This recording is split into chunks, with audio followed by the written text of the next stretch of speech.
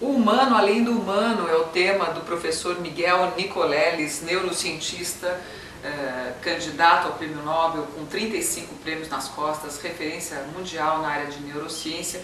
É o tema da conferência dele na Flip com o filósofo Luiz Felipe Pondé. A gente estranha um neurocientista na Flip. Como é que vai ser essa conversa, professor?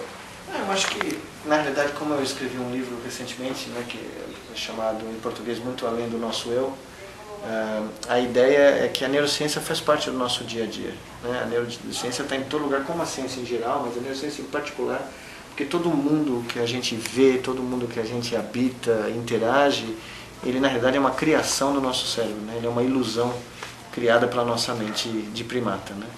E na Flip eu vou contar um pouco das histórias que me levaram a escrever esse livro e explicar como a nossa espécie está chegando a um ponto onde ela vai conseguir, incrivelmente, né, em 6 milhões de anos, libertar o seu cérebro dos limites físicos do seu corpo biológico e permitir que o nosso cérebro haja à distância, controlando ferramentas que a nossa mente cria, mas em tanto de espaçonaves para visitar outros corpos celestes, até nanoferramentas que vão penetrar em outros corpos para fazer tratamentos, né, sofisticadíssimos de celulares, né? O nosso cérebro vai poder controlar essas ferramentas e interagir com outros seres humanos muito além dos limites físicos do nosso corpo. É isso que o senhor conta nesse livro, Muito Além do Nosso Eu, publicado pela Companhia das Letras. Isso.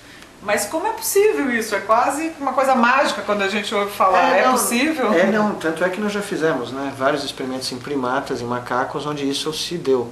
A atividade elétrica do cérebro foi usada para controlar artefatos robóticos ou mesmo virtuais, avatares virtuais, que podem estar tanto na frente do indivíduo como do outro lado do planeta. Né? Em um dos nossos experimentos, o robô que agia em nome de um macaco estava no Japão, enquanto o macaco estava nos Estados Unidos.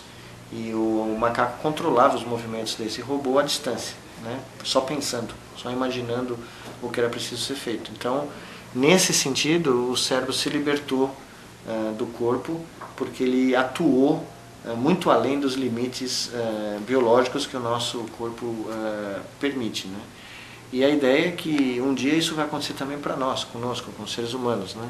Tanto na parte de reabilitação, que é a parte mais imediata, mas num futuro mais remoto, em todos nós, né, seres normais, vamos ter a capacidade de usar os nossos pensamentos para controlar tudo que está no nosso entorno, computadores, automóveis, naves siderais, né, qualquer tipo de ferramenta vai ser passível de ser controlada pela nossa mente diretamente.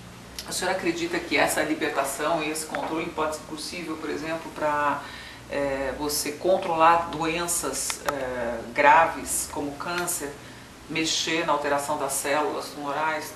Uma das ideias que a gente pensa, né, do ponto de vista teórico, né, ainda, mas que é já imaginável, é a medicina celular, né, quando os médicos vão poder atuar a nível de células. Quando uma célula, uma ou duas, ou um número muito restrito de células tumorais aparecerem, vai ser concebível que o cirurgião vai conseguir controlar uma nanoferramenta que vai ser inserida no corpo para remover essa célula, ou eliminar essa célula e tratar uma alteração muito antes dela se traduzir em sintomas clínicos. É uma medicina preventiva que a gente nem imagina hoje, mas que eu tenho muita esperança que vai ocorrer no futuro. Né? No futuro bom próximo, professor?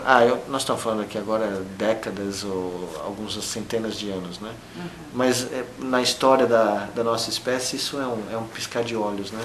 Uma espécie que tem quase 5 milhões de anos, então algumas centenas de anos não representa nada para a nossa história. Né? Agora o senhor tem um sonho que é fazer um tetraplégico dar um pontapé inicial na Copa do Mundo. Como é que seria isso? A ideia é desse consórcio Walk Again, que é o consórcio internacional que tem trabalhado na construção dessa veste robótica e na criação dessa interface cérebro-máquina para reabilitação motora, de fazer a primeira demonstração clínica pública dessa técnica. No jogo de abertura do Brasil na Copa de 2014, né, uma criança, um adolescente brasileiro, quadriplégico até aquele dia, entrar andando, vestindo essa veste robótica controlada pelo pensamento desse adolescente, vestido com as cores do Brasil, capitanear a seleção brasileira até o meio do campo e no meio do campo, cercado pelos jogadores do Brasil, dar o pontapé inicial da Copa do Mundo, mostrando para o mundo inteiro que no país do futebol a Copa do Mundo foi aberta com um chute de esperança da ciência brasileira para o mundo todo. Nossa, que fantástico. E essa veste robótica, ela já está pronta? Não, ela está sendo construída, né? Ela tá isso é factível, então, não, factível ela é. Nós teríamos 3 anos, que é muito pouco tempo, para realmente fazer todos os testes necessários. E essa seria uma primeira demonstração, né? Não seria a demonstração final. A ideia é que a gente possa, inclusive nas Olimpíadas e na Paralimpíada, que vai ser no Brasil também, 2 anos depois, ter avanços gradativos dessa veste para criar um programa de pesquisa nacional que abriria a perspectiva de oferecer esse tratamento no futuro para os pacientes deficientes que sofrem de quadriplegia ou paraplegia.